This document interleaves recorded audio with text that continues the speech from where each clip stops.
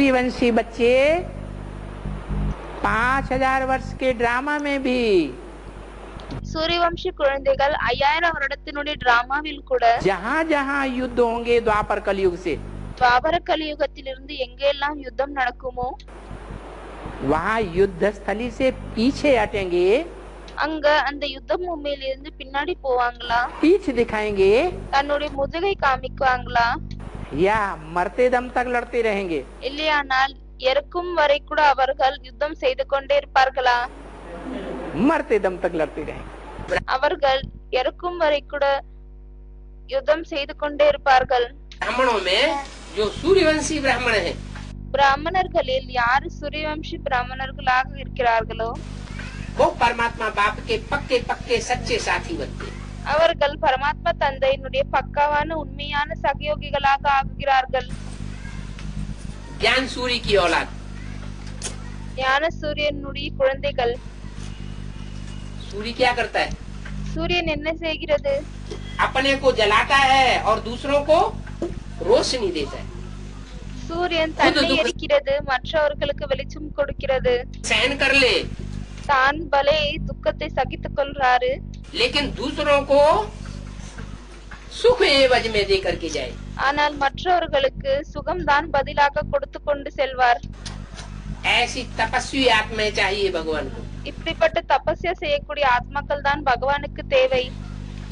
तो ऐसी तपस्वी आत्माएं ஆகவே இப்படிப்பட்ட தபஸ்யா செய்யக்கூடிய ஆத்மாக்கள் वो 5 पांडव कही जाती है।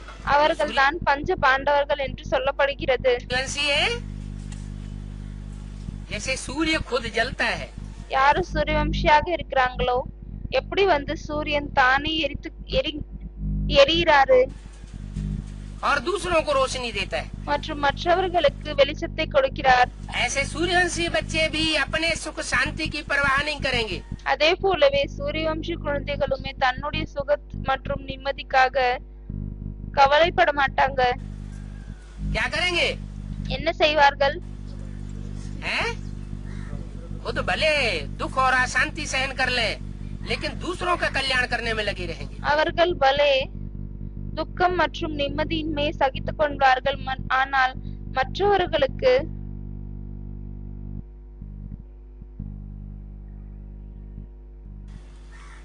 ஆனால் மற்றவர்களுக்கு நன்மை செய்வதில் தான் ஈடுபட்டு இருப்பாங்க। उनको कहेंगे सारे विश्व को एक जैसा समान रूप में देखने वाले।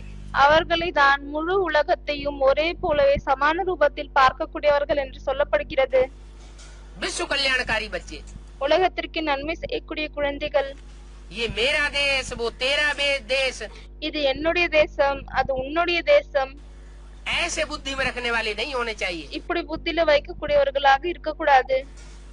ये मेरा सेंटर वो तेरा सेंटर, இது என்னுடைய சென்டர் அது உன்னுடைய சென்டர், ये मेरी गीता पाठशाला वो तेरी गीता पाठशाला। இது என்னுடைய கீதா பாठशाला அது உன்னுடைய கீதா பாठशाला। अगर ऐसे है तो ஒருவேளை இப்படி இருக்காங்க அப்படின்னா नंबर पीछे चला जाएगा, அவர்களுடைய நம்பர் பின்னாடி சென்று விடும்। बाप कौन से बच्चों को पहले उठावेंगे? है जो हर हालत में தந்தை எப்படிப்பட்ட குழந்தையை மேலே எழுப்புவார்?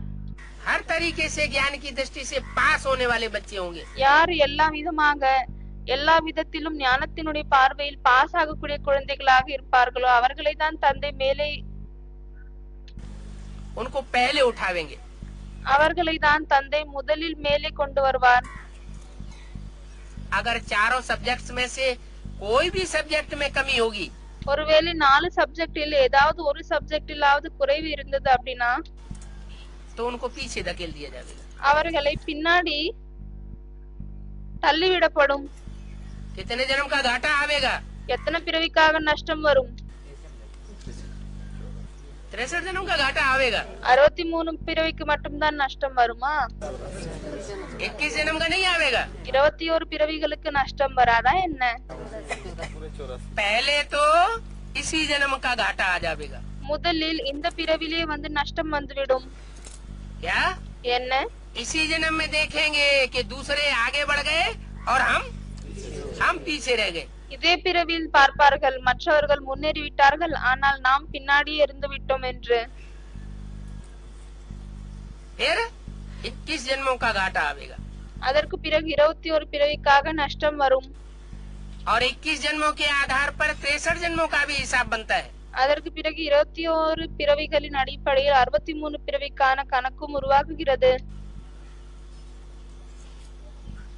तो बहुत बड़ा घाटा हो गया. ஆகவே இது மிகப்பெரிய நஷ்டமாகிறது. 84 जन्मों का घाटा 84 பிறவிகளினுடைய நஷ்டம் कोई कम बात नहीं है.